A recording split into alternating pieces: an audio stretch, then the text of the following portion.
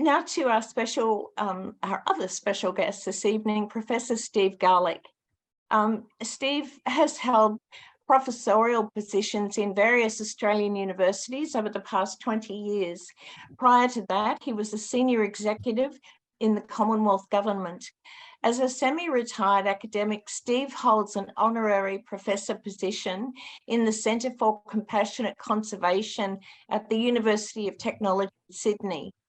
He publishes in spatial economics, applied ethics, and wildlife trauma and behaviour. He is a British Council scholar. He was the founder of the Animal Justice Party of Australia in 2009 and was elected its national president for 7 years prior to retiring in September 2016.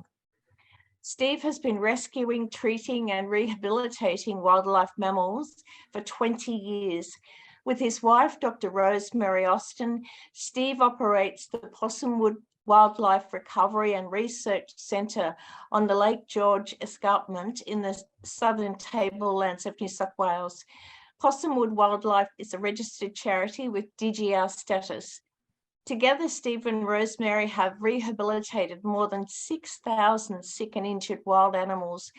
They specialise in difficult cases of wildlife recovery, including burns cases, rescue from wildfires, fractures, fence injuries, wounds, and emotional distress.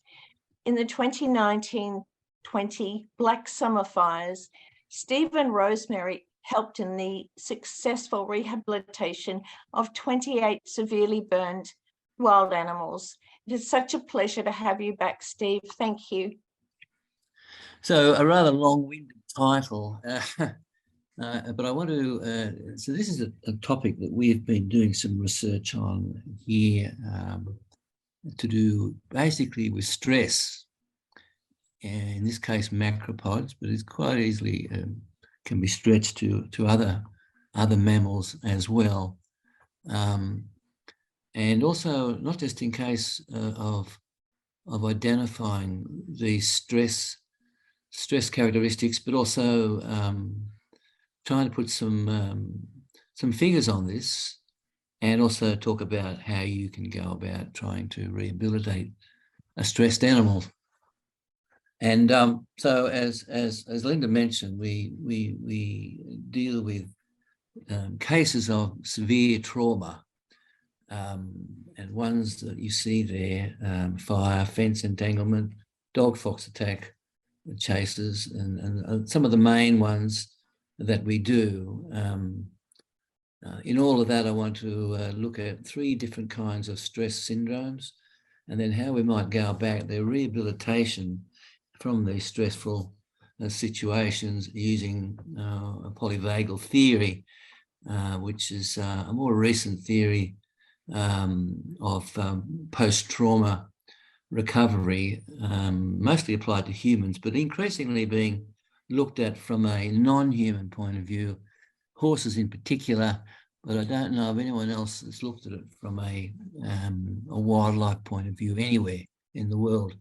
So we start from the point of view of animal emotion, and we saw in the earlier presentations, there's certainly a lot of emotion in most creatures, whether they be dogs or cats or deer or whatever they might be. And so they're just not spontaneous upwellings or arbitrary feelings. They actually relate to an event that's occurred. So, so the reaction, it's important to know what the event is so that you can connect the stress or the emotion with the particular event. Because it's important that you know that, so you can better assist in the recovery process. Now, animal emotions and stress are not the sort of thing that your vet's going to tell you much about, because in most cases an animal goes to a vet for half an hour or an hour at best. They're looking predominantly at the physical aspects of that creature. They don't get into the emotional side of these animals, in particular the stress side of things. And stress is a significant killer of animals, but you find very little information about it. I'll come to that shortly. So we have identified 6 markers in the case of kangaroos in this instance of their emotional, from a behavioural point of view. So we're looking at the observed behaviour of an emotional animal. And so we're only interested in, for this presentation, we're only interested in some of those. Here's the case for kangaroos. Now, on the left-hand side, you've got some neural states, joy, separation and distress, nurture, sexuality, anger, relaxation. On the right-hand side, you've got the kind of indicators that if you were looking at an animal and knew what to look for in their behavior, these are the sorts of things you would see. So in the case of a panic or distress, you've got that they might be more vocal, running into objects in panic. They have a wide-eye expression. They might have an erect, extended posture, licking their forearms, a rapid respiratory rate, rapid pulse rate, high blood pressure, flared nostrils, etc. So by looking at an animal, you can kind of get a sense of what kind of neural state they are in. And that's predominantly what we have been doing for quite a while. But more recently, in the last few years, we've been looking at it from a hard data point of view, because I think with hard data, you can then identify the sorts of therapy or recovery that you need to employ to be able to get an animal out of a severe post-trauma stressful situation. Now, as I mentioned, there's not a lot you will find in the literature about stress in wild animals. In fact, some of the big pathology books on Australian wildlife, you will find very little. In fact, the one by Ladd, which is like 500 pages, devotes 1.5 pages to the topic of stress. And in that devoting 1.5 pages, the only evidence provided is by way of necropsy, that is, the dead animal. So looking at the dead animal and doing a examination of that to find out what organs they would claim to be affected by an animal that's been in a stressful situation. That's not much good to you if the animals come to you in a live situation and you want to be able to treat that stress. For the most part, stress syndrome is caused by fear or anxiety. However large or small that fear or anxiety might be. The stress itself, and we can measure that now, the risk of death is increased by what we call the exertional rhabdomyolysis, which is the intense physical exertion. So in some cases, the stress that an animal might have doesn't relate to having a physical exertion, a characteristic about it. It might be quite a simple thing, like being separated from a mother. We saw the pictures of the puppies earlier. I mean, that would be a terribly stressful situation for those puppies being separated from their mother or the kittens. We can measure that sort of thing now, but there's probably not a lot of exertional rhabdomyolysis involved in those cases. But in other cases, which we'll come to, you find that they're quite significant. And what we can do is identify a number of stress, what we call stress syndromes. So talking about this fear factor, this overwhelming fear and anxiety, which triggers the sympathetic nervous system. So in the autonomic nervous system of the body, whether you're a human or a non-human animal, the autonomic nervous system comprises 2 elements, the sympathetic and the parasympathetic nervous system. The sympathetic nervous system is where you find this fight or flight stress reaction. We'll come to that in a second, but basically it involves the release of hormones such as adrenaline and cortisol. So here we go. This is the central nervous system breaks into two parts. One's to do with the neural activity, in this case, the sympathetic nervous system. And on the other side, the hormonal side, the adrenal cortex. And so you get two elements contributing to this fight or flight response. One is basically neural and the other one is hormonal. These two come together in this fight or flight response. Okay, so the sympathetic nervous system, this is a fight or flight situation that an animal might have. You get an adrenaline rush, you get glucose is released from the liver, blood is diverted away from the brain to the peripheries, the skeletal muscles.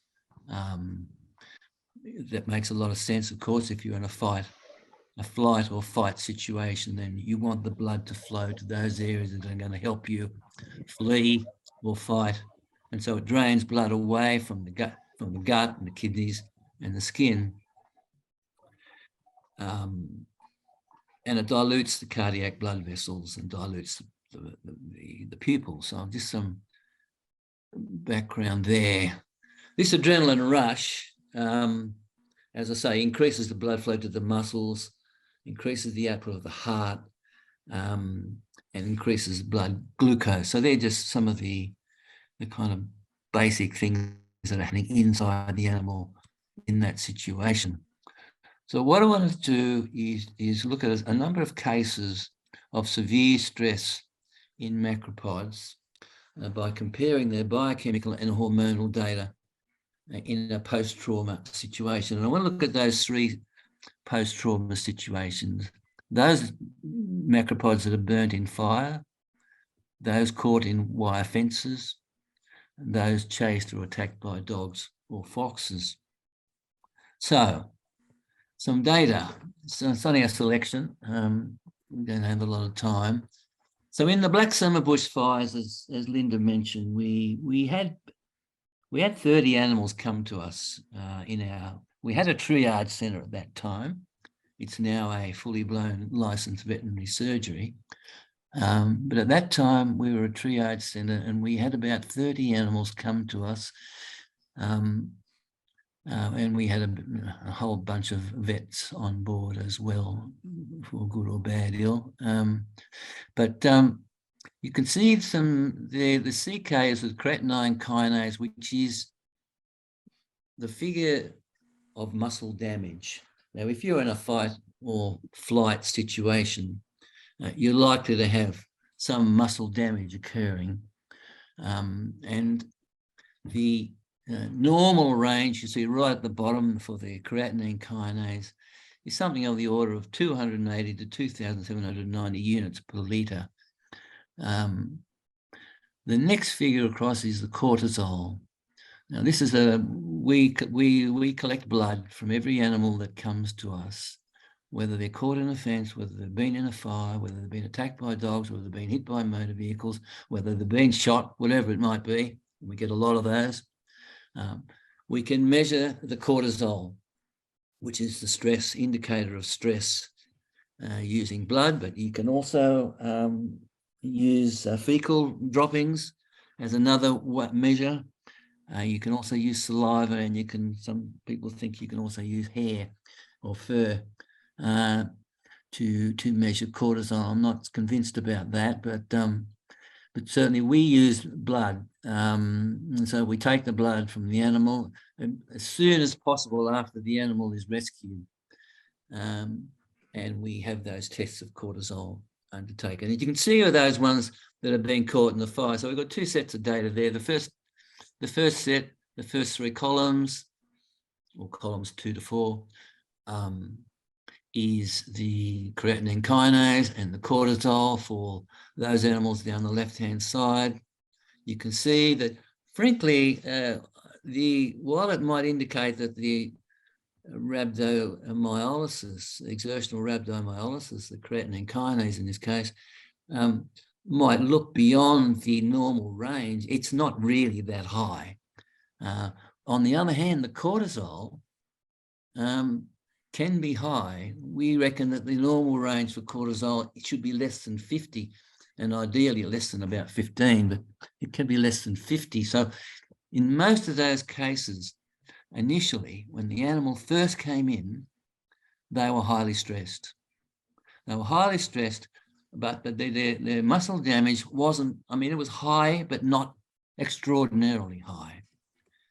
Then in the next period of time, the last three columns, you can see the same animals at a later period of time and what the outcome was. You see that the cortisol level, the stress level, has declined significantly. 112 in the first period for the first animal down to 36, 178 to 46, and so on. So basically, in the rehabilitation recovery phase, the stress levels were considerably reduced, and we'll come to therapy a little bit later. But what you can see there is an animal that comes in a stressful situation from being in a fire. They've had burns to their body, in one or two cases, third-degree burns, but they can recover and have a relatively low stress level. The rhabdomyolysis, the exertional rhabdomyolysis, it has reduced a little, but then it wasn't that high to begin with. So the main feature here is the considerable reduction in stress that these animals had in the time in which they were in care. Dog and fox text. Now, you saw the cortisol figures and the creatinine kinase figures in the previous time. For burns in a fire, these ones are far more significant. So you can look at the rhabdomyolysis for cherry, 139,000, Wooler, 16,000, boxer, 20,000. So these were animals that were attacked by dogs. I think one case was a couple of Maremma, another one was greyhound, another one was, anyway, different species. The cortisol is quite high. So that was severely stressed animals. And you can see in the case of cherry and Wooler, those cortisol figures have come down. Again, by treating the stress, we're able to get that down. Now, if you can't get it down, the animal ends up probably dying. But we do our best to try and get it. Now, here's a case, Cherry Blossom here was attacked by two Maremmas. And you can see that we got 4 measures there over a period of, 2 weeks, 2.5 weeks. The cortisol level has come down significantly, and the rhabdomyolysis has come down significantly as well. Because this animal, we got onto the animal immediately, it had its stressful event, and we're able to treat it straight away. And so the quicker you can do all this, the better the result you're likely to get. So dog attacks are particularly stressful for kangaroos and other macropods.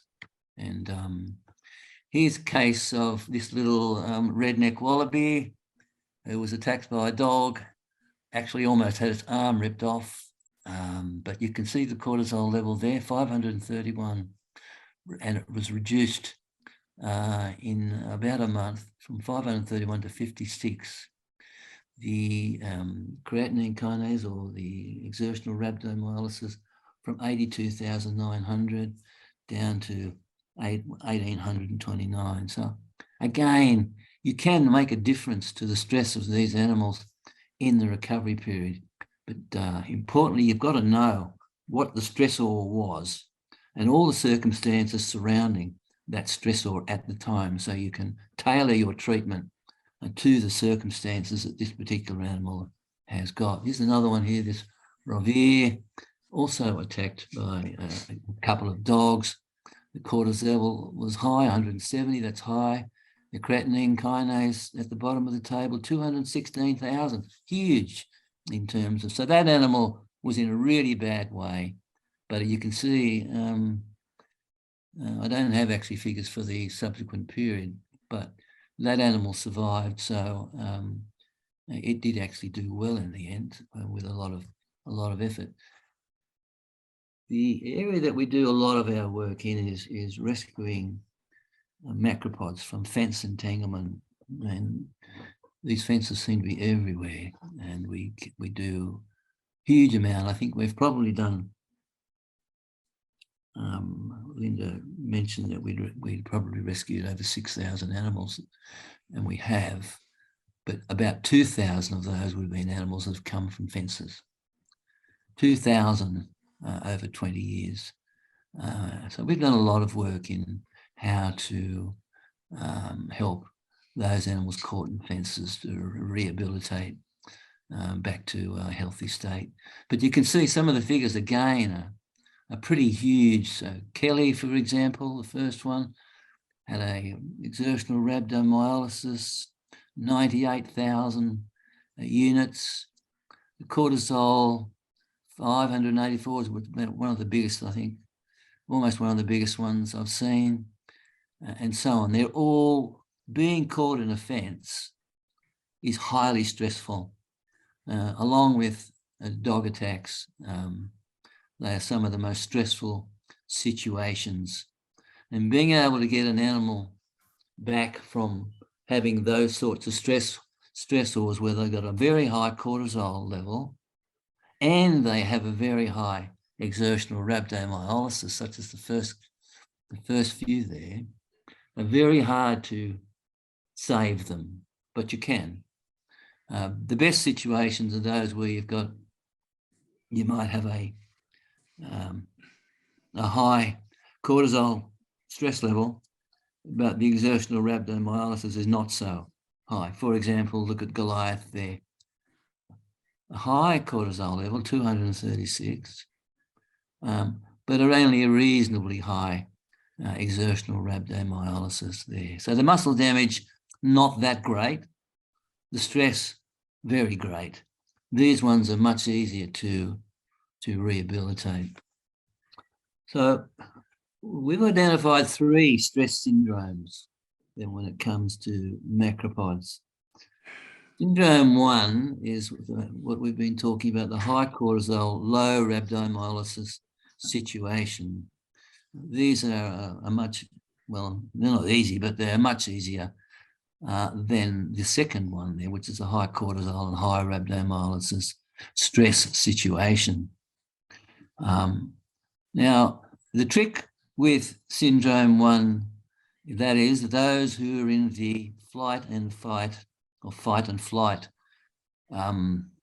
sympathetic nerve situation, what you want to do with these animals is get them into a relaxed, engaging situation through the treatment that you give them.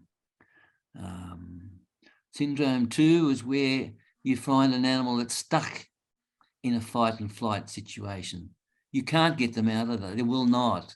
It's like a post-traumatic stress disorder. It's ongoing, just waiting for the next stressor to kill them, really, once they've had it once. They can't get out of this fight and flight situation. And the next time there's a stressor, it usually leads to their death. And then 3, which is complete shutdown. You find an animal that just has numb, they've got no recovery, and they just fade away to death. So in a sense, our efforts are focused on syndrome 1, where we can achieve the best success with these particular animals. We're still trying to find a way to come to grips with syndrome 2 and syndrome 3, where we've tried any number of measures, but we haven't yet found a solution to syndrome 3. We'll come to all of that in a second. So this is a kind of, in summary, this is the kind of treatment that would give for syndrome 1. There's a range of sedatives, addressing whether they're hyperthermia or hypothermia, We give fluids. Fluids is significant. We give that immediately they come in. Either we give it intravenously or we give it subcutaneously. So the reason we do that is not only to treat dehydration, prevent acute kidney failure, but to also prevent kidney damage caused by myoglobin, caused by and renal failure in these animals. So we always give fluids straight away, and quite a bit as well. We give pain relief in the form of tramadol or Panadol or whatever it might be. We give vitamin E and selenium. And sometimes we might have to give an anti-anxiolytic to these animals if they're still rather anxious, in a rather anxious state. We can give them an anti-anxiolytic like haloperidol. So we can use a few types of treatments to help us get over the beyond the fight and flight situation. So stress syndrome 2 is the one I talked about, where they find that they can't get out of the fight and flight state. It's ongoing, and all they're waiting for in these cases is another stressor event, and it could be quite a mild one. It could be quite a mild one. So here we got an example of Iggy. Iggy was a very small Joey. His mother was euthanized.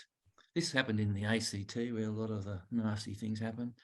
The mother was euthanized, and this little guy, only 3 kilos, was left alone and was harassed by dogs and people. He was on a nature reserve. I use that term, nature reserve. So he was always hypervigilant. We thought that he had PTSD, and he went into a trance-like state. Muscle fasciculation, the muscles keep vibrating, and we tried very hard to get him out of that state. But one day, there was a very minor stressor, and he just went into another state of fight and flight, racing around, and just dropped dead. So syndrome 2 is about those animals that you cannot get out of the fight or flight situation, no matter how hard you try, and we're still trying to work on that. And the stress syndrome 3 is where you've got an animal that is just already, when you get it, is in shutdown mode. And they're just not responsive to anything, and they just fade away, actually, into death.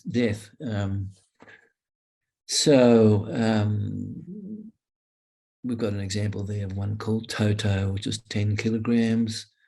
Not a high rhabdomyolysis CK, 13,000.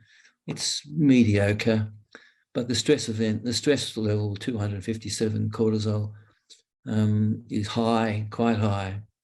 Its temperature was relatively low at 32.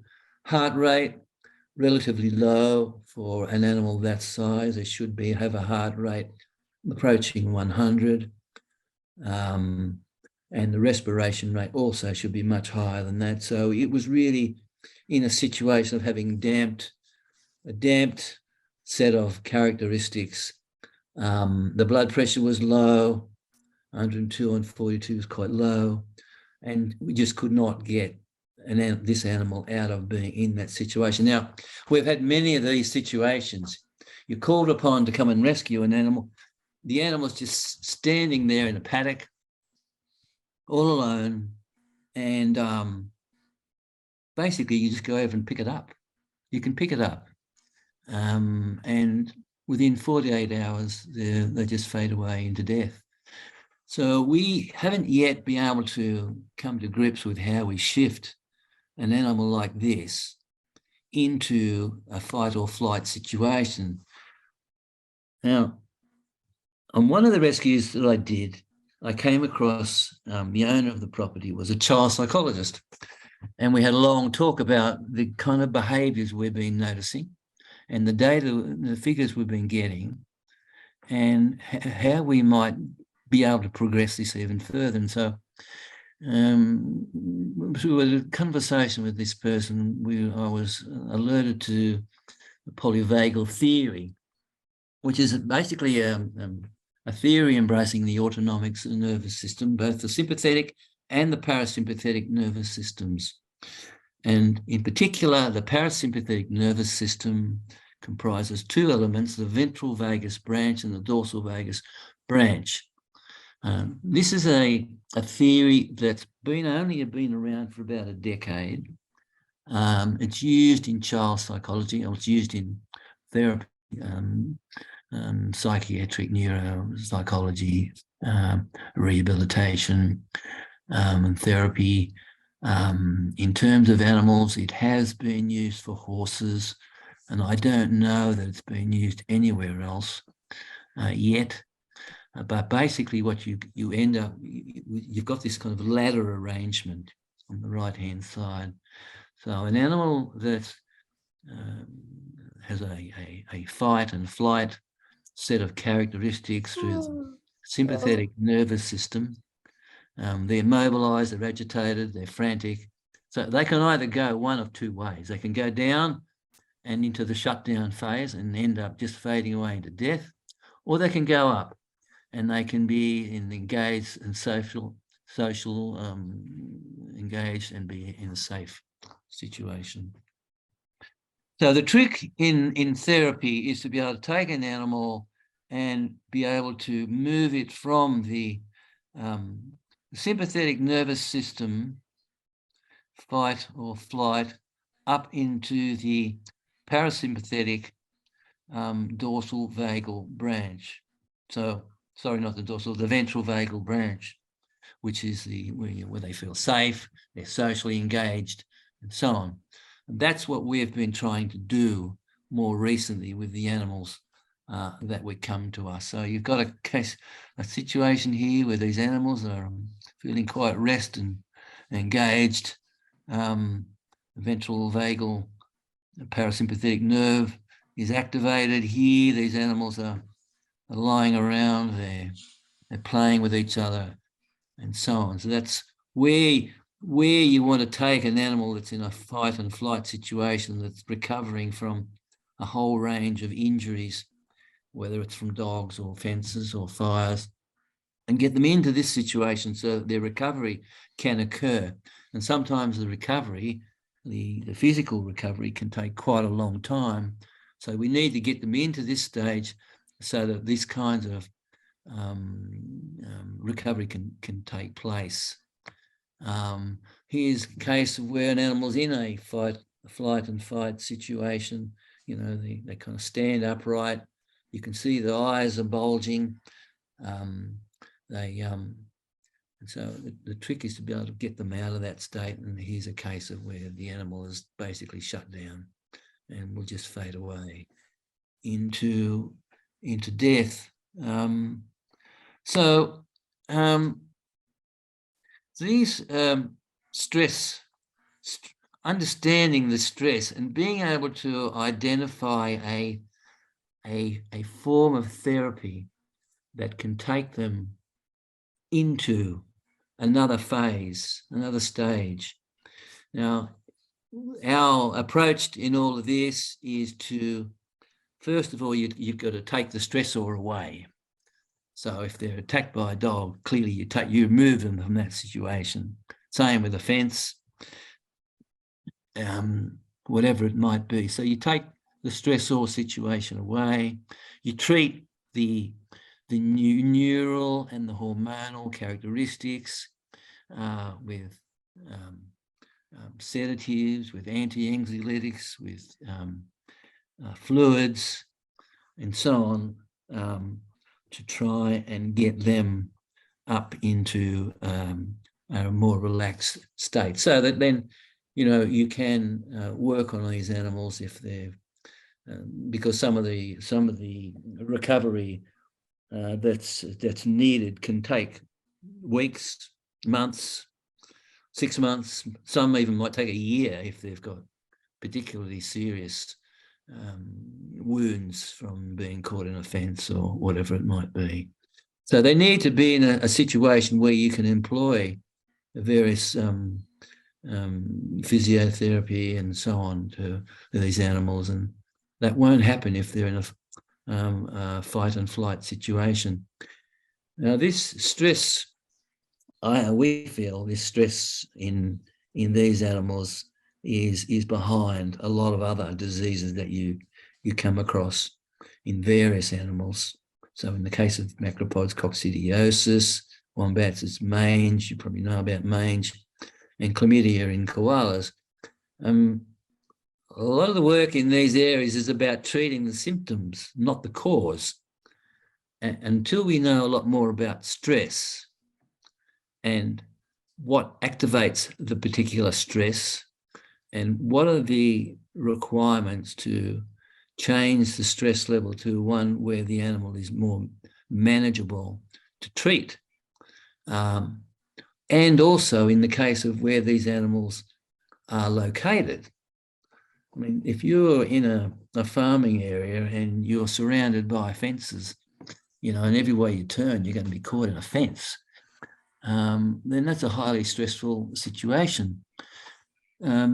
Similarly, dogs, unmanaged dogs are a real problem for these animals. And it's highly stressful when you're attacked by a large dog. So we think that stress is an issue that needs to be addressed. You won't find veterinarians talking about it. You won't see it in the literature about wildlife, but it's there, and it's a significant killer, and we need to know a lot more about it. Thanks. That's all. That's all. Oh my gosh, Steve, that was so informative and moving, and I just want to thank you and Rosemary for everything that you do every day and night of your lives with so many animals, and even the ones who pass away. Their last time on earth will have been in the care of people who love them and are gentle with them, and surely that's the greatest gift you can give. And thank you for everything you're doing for future generations. It's so refreshing to hear someone of your intellect speaking about animals' emotions and the effect. Of course, animals feel stress. I mean, it just stands to reason. We're all animals, and we, many of us know the effect of stress on our own bodies. And yeah, I just applaud the work that you and Rosemary do. I don't know how you do it, but I'm so glad that you do it. And I've just got a couple of questions here for you, Steve, if that's okay. Mm-hmm.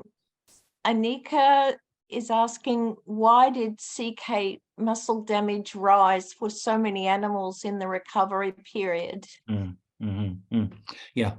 So that, well, it wasn't so many animals that had increased. There were a few. So they're in a totally different environment. First of all, we bring them into care, and we treat them for their injuries. At the same time, we want to treat them for their stress. And it's a case of trying to balancing both at the one time. The physical injuries, which in a sense also cause stress. I mean, the pain from injuries is stressor as well. So in some cases, not that many, the CK has risen whilst they've been in care, but not in most cases. So in those cases where the animal, and I should also say that each of these animals is different.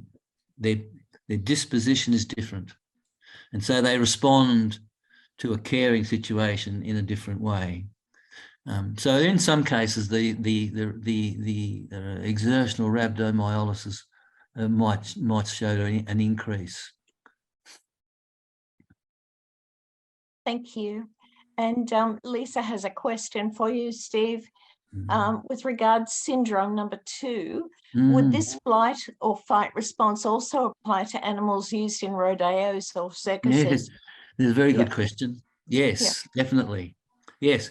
So if that's a very good example, actually, rodeos where an animal has a traumatic experience in one rodeo and then is brought back for a second one, that's enough to, if they are traumatized in that first incident and then have to saddle up for a second one, that could tip them over the edge to death.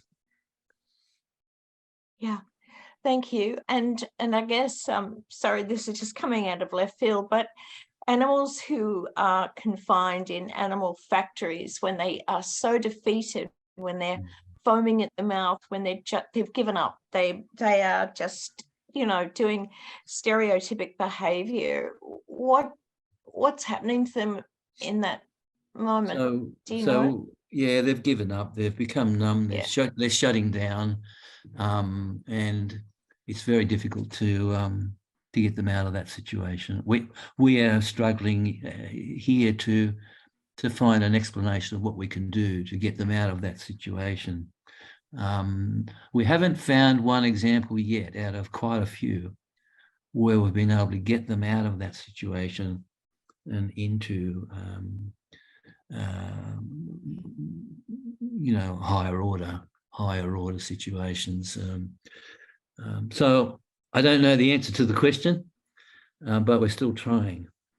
I know, and I just, on behalf of all of us here tonight, our deepest thanks to you and Rosemary for all of your hands-on work and all of your the papers and the continuing research that you do to bring this to the foreground, so that people are actually speaking about things like animals' feelings and their stress levels. And it's just been wonderful to have you on, Steve. Thank you for giving up your time tonight. It's deeply appreciated. And I also thank Lisa and Alex, our 3 fine speakers this evening. And I thank all of you who are with us this evening. Thank you for spending time with us. And our next meeting will probably be around July, but you'll get lots of notice either via email or on social media. Thank you, Nadia. And so I wish you all, stay rugged up and warm, and we'll see you at the next one. And thank you. Thanks, everyone. Okay. Thank you. Good night. Good night. Thanks. Bye.